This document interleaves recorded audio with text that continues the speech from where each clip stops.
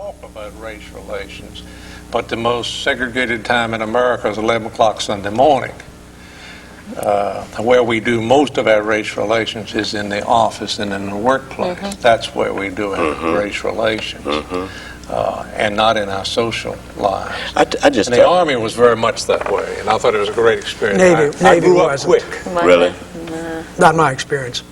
And at the same time, I was in the Korean War, and our ship, the African Americans aboard ship, were not permitted to have just any job aboard ship. Really? They were there, but they were pretty well kept into places, stewards and things of this sort. There were some in the other divisions, but it was very noticeable, and it did not rest well with... Never heard that before. Well, my executive officer was Jim Christian, who went on to be a member of the House. He was one of the greatest of Richmond's Afro-Americans. And I had that opportunity. It was a great opportunity for me, because he was a great guy. And but don't you think that World War II made an enormous difference in race relations? For two reasons. One is it became economically affordable. Before that time, when poverty was a grinding thing, which the Depression was, and times before that were, in an agrarian society, not many opportunities offered. Whoever's down is pushed further down. All you have to do is go to France or go to Russia, and you'll see the same thing. That was a wonderful experience. We all got well economically during the war, and it made a tremendous difference. Jobs were opened up. A lot of things changed at that point. Calvin, your experience seemed to parallel Myrtle's. When she was telling that story, I seem to recall some of your tales of the past as a boy growing up here.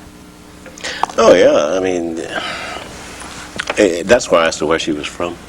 Because... Well, Massachusetts. It's almost like when you're black, you're black. Where you grow up and what happens to you is sort of the same thing. I have a friend, and he told me, he said, I grew up in a small town in Texas, and he said, we didn't have any Negroes to hate because there weren't any there. He said, we hated Mexicans. Yeah. He said, every society has to have someone to hate and to keep down, and the way they treat them is basically the same, depending on where you are. And I've thought about that a lot since he said that, and that's basically true. I grew up in Prince Edward County, Virginia.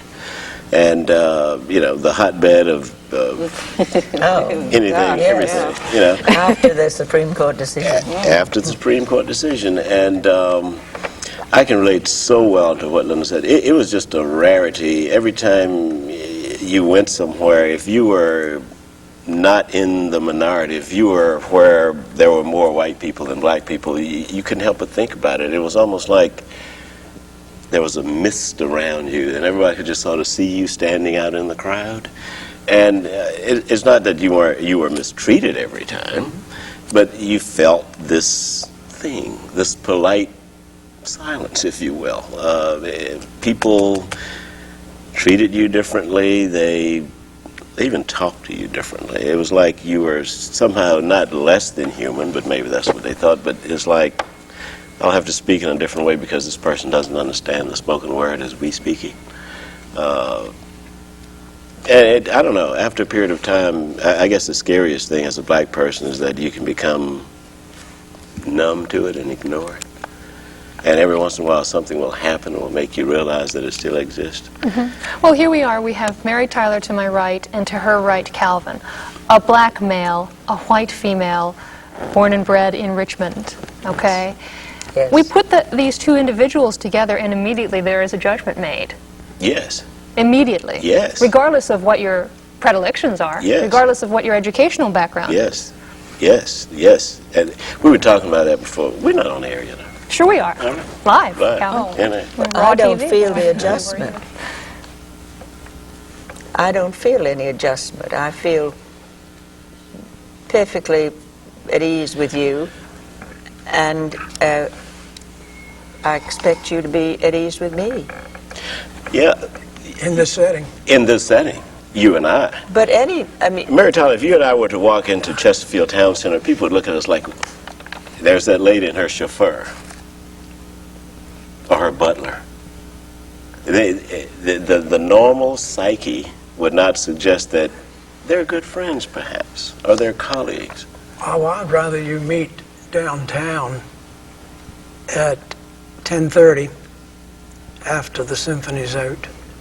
Mary Tyler is at the symphony, and she's walking to her car 3 blocks away from the Carpenter Center. Yes. And there, you start coming the opposite direction. Then what is The entire situation changes. what is the all of a dynamic sudden. there?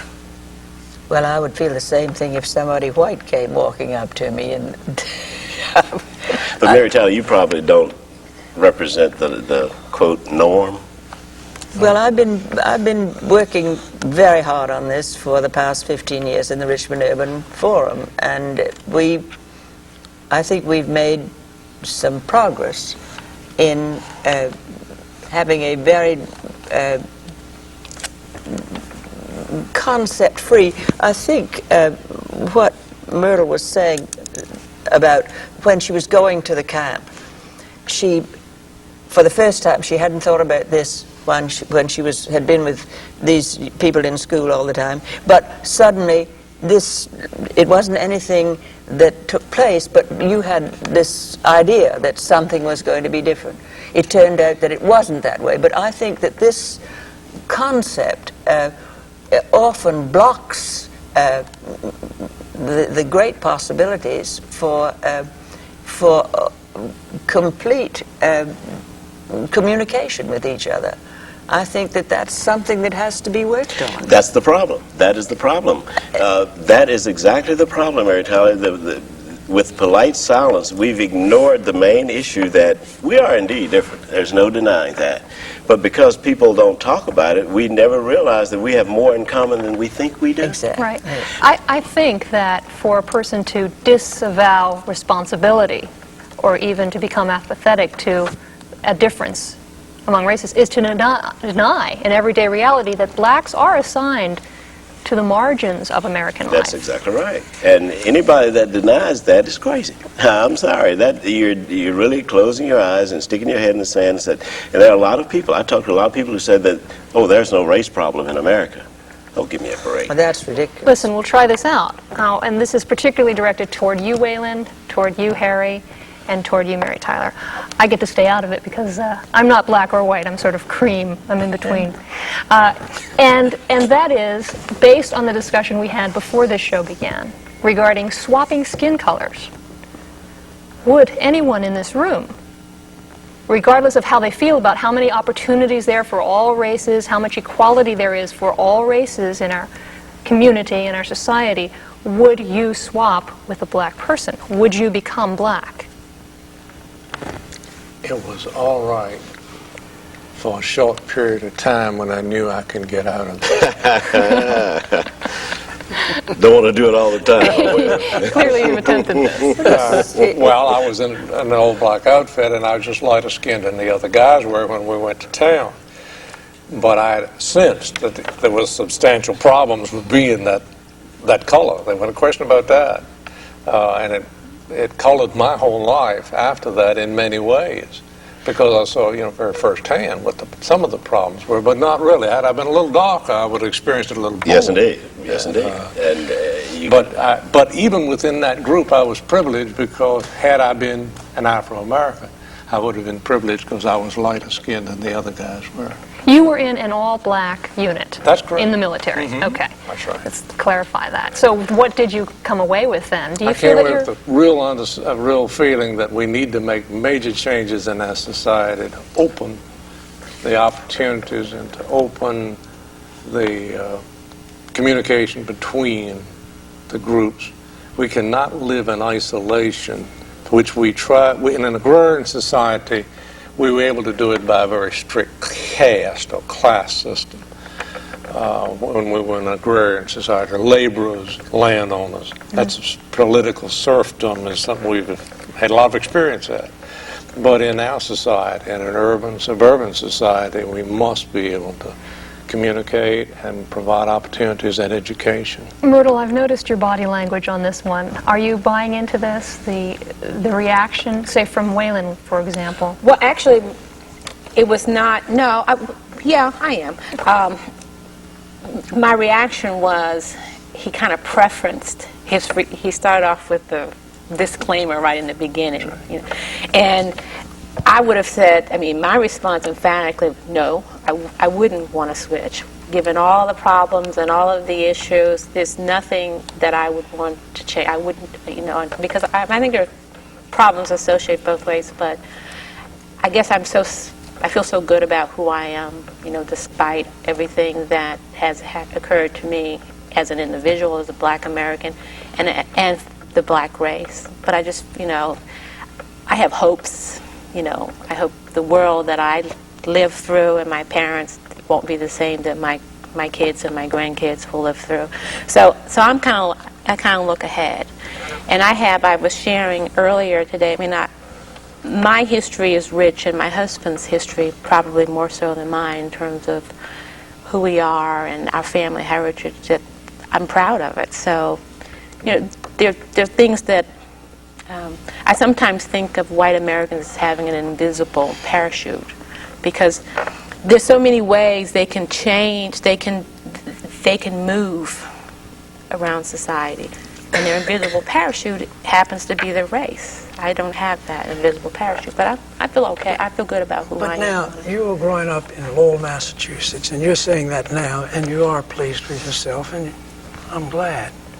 But did you feel that way when you were growing up there, or did you reach that wall of politeness? And I assume they have it up in Massachusetts, just like we have it here in Richmond, where everybody was ostensibly civil to you, but not really. Oh, I had lots of issues. I mean, as I grew older, my opportunities to do things were, my lack of opportunity to do things became apparent, because as we grow older, our world becomes larger. So, you know, it's not, I'm no longer protected by my family or the school. Then or the small town. Or the small town, you know. But, you know, I grew up in Lowell, but my family is from Massachusetts. I mean, my family is from Louisiana, and I can tell you some stories that are just you know, horrible. I remember going to see family members in Texas at probably 10 years old, and seeing a sign that says colored only.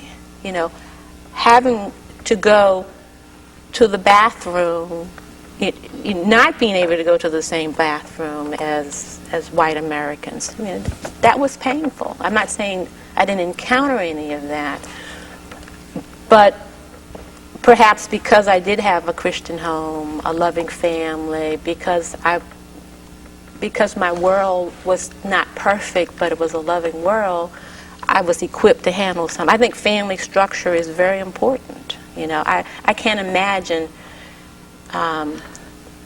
what it would be like today not to have a mother and a father. So many children grow up that way. I think this is the heartbreaking thing. But to answer your question, would I change and be black? No, because it's so much harder to be black than it is to be white, in infinite numbers of ways. And knowing that makes me want to work harder and harder to try to eliminate the differences that make it so much more difficult for black people. Well, let's start off with one way. Oftentimes when polite silence occurs, it occurs because we're skirting the main issue or what's right in front of us. Let's start with white supremacy. The fact that, can I have a piece of paper here? If Robert Jones were with us today, he was a guest who was not able to make it, he would have held up this, I don't know if you can see this, Mason, but he would have held up his little chart. And being very well versed in human and race relations, he would tell you that you've got different quadrants, and will signify that the white is, W is white. So if you're going to take that and you're going to look at different segments of our society, laws, politics, resources, meaning money, and culture, who dominates the laws? Whites. Who dominates the politics? Another quadrant taken up by the whites. How about our resources? Whites. And finally, our culture?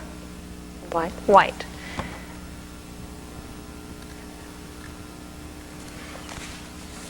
It's harder. We know. Yeah, yeah. Well, fortunately, we're making some progress on the culture. In what way? Well, I think there's a tremendous amount of African-American influence now in our culture today, not our past, not the past of Dr. Freeman, but today. I mean, I noticed the dress that a lot of the kids have, the young folks, it's coming right out of the African-American community.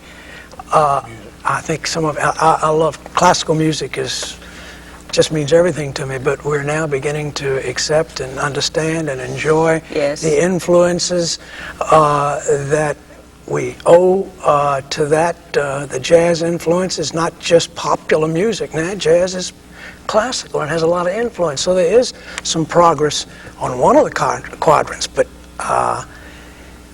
I don't know whether we control it. I suspect we still do, but there's still a lot of influence in the African-American community, and I would say in politics more and more.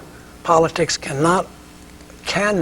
absolutely cannot ignore the African-American They community. can't ignore it, but I watched C-SPAN just this week, so this is an updated observation, watching a Senate Judiciary panel consider affirmative action. It was initiated by Pete Wilson. Well, I'll be doggone if every single panelist up there wasn't white. Mm-hmm. But we're making progress.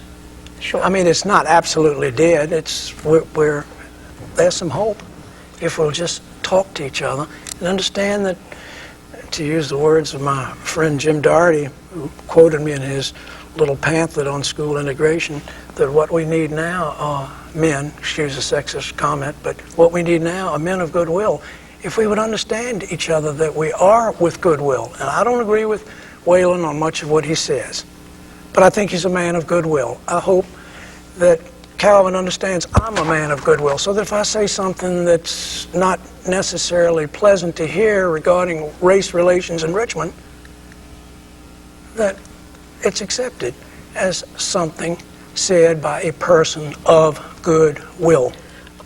Did you read the report of the graduating address at the University of Richmond, the valedictorian No, of the class? I didn't see that. Well, I certainly would like to recommend it to you. Did you read it? No. An Indian boy who had come to the university, what he said was, I had put it aside to bring tonight, and I filed it so that I couldn't find it. But what he said was, what we have to do is to be kind. We just have to be kind. We have to reach out to each other. We just have to do that. We have to respect each other, but work together, reach out. The very well-known Harvard psychologist was the speaker, and he was absolutely floored by this remarkable address that this young man made. I wish so much I'd brought it tonight, but I do recommend it. That's my whole point, that I could say something that might sound not really nice, or it might be a little inflammatory, it might offend, it's not going to offend Calvin, I haven't found a way to do it yet, but there are people that I wouldn't want to say certain things. I would be polite. I was brought up, I've lived in Richmond all my life in my family, and there are things that I know I don't say because it's that polite silence. Not so much now. I would like to be able to say much more, and I do say much more, as long as I know that the person to whom, or the people to whom I'm talking, accept me for being a person of goodwill. And that's the problem. That is the problem, Harold, because there are a lot of people who will not cross that line and take the chance and say what's on their mind. They say what they think someone wants to hear. And the only reason you will say it to me is because you know me, you know my tolerance level, and you can say, okay, I can probably do that. And he won't. It's a pretty high tolerance. It is a pretty high Calvin, tolerance. it's not just necessarily knowing your tolerance level, it's a case of your accepting me and understanding that I am a man of goodwill, or hopefully This is what I'm saying. And until you do that, Harold, nothing will ever get done. And you know, the more I know you, the more you know me, the more you realize that we're not as different as it would appear. If we can get past the skin color, we can make some real progress. But that's the problem with polite silence. You will not say, you'd be surprised at the things that people would not say around me during the O.J. Simpson trial, as if I was going to get offended, you know, just because he was black. And the idea was that, oh, he's black, then they all think alike. They never once took the time to figure out, what does this guy really think about this whole O.J. Simpson thing, you know? And that's the problem with polite silence. You come in with this a set of ideas, of preconceived... Based on your identity. Yes, yes. If you get to know me, you'll realize that the color of my skin is just that. The color of my skin. I hurt and I'm happy and do all the other things that everyone else does. We have the same concerns. But it really amazes me that, and Harold, it's not just white people. Black people come into it with the same set of biases, okay? They will say what they think people want to hear in the circle in which they exist at the time and really mean something else. And I have some friends who, if I reached over and hugged Mary Tyler and said, oh, look at that Uncle Tom.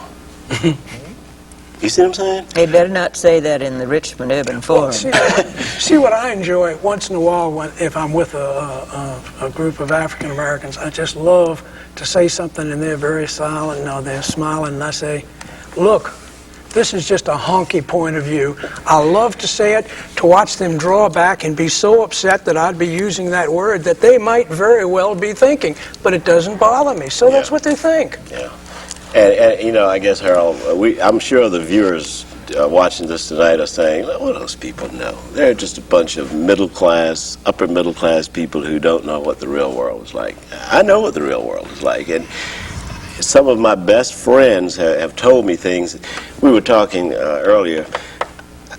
A friend of mine was telling me just the other day, he's white. He went to this black church, A. Lincoln James Church, just recently. And over on Fendall there. Over on Fendall. And you know what really amazed him more than anything else about the church? He's been there twice, and he's told me this both times, that they treated him like everybody else.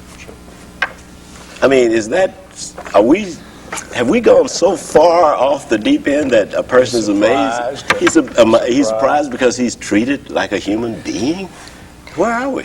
Well, I think... What I think, excuse me, is particularly interesting about that is that as a white American going to a black congregation, he had a preconceived expectation to be treated differently. What we were talking about earlier, you know. Yes, he said that. Because when we're out of familiar territory or you environment, expect to be. You expect it. So you are surprised by it. And he was. He still can't stop talking about it. He said, they treated me like everyone else.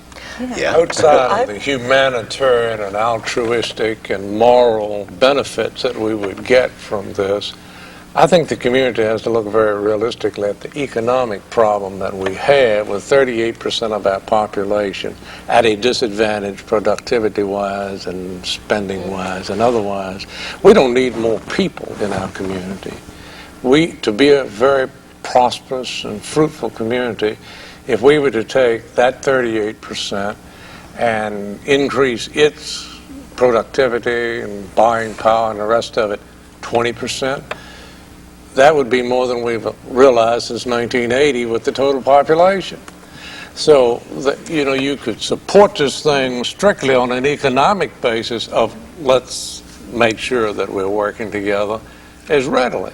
And sometimes when I talk with my friends who were a little upset with me about some of the steps that I took in years gone by, I said, if we're going to divide the market up, and they have a market, and we have a market, and our market is growing, and their market is growing, don't I want to be a part of their market?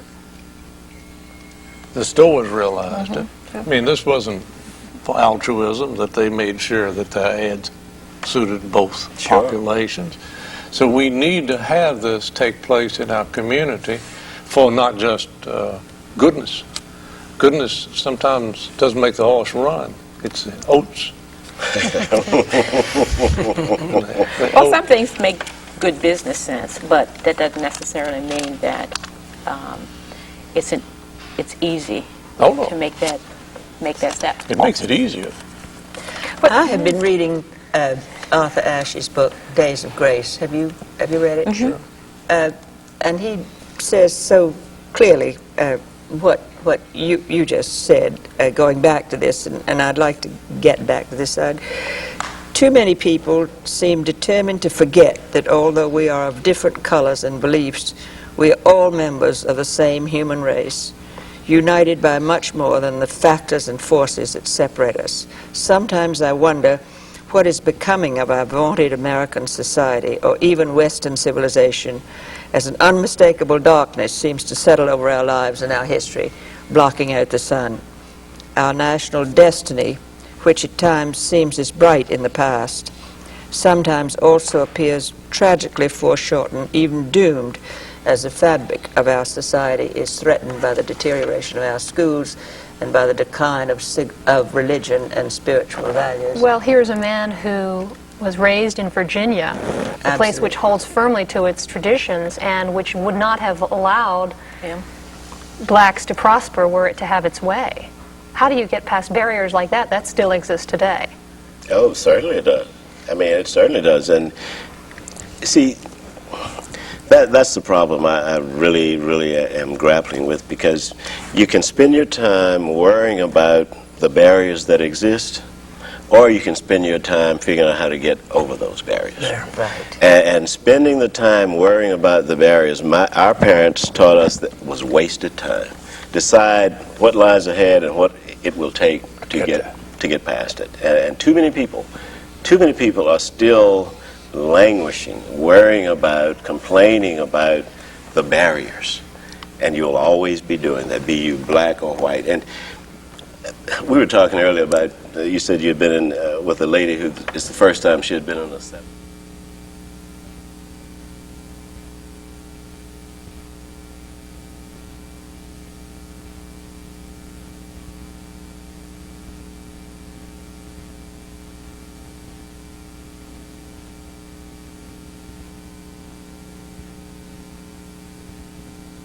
More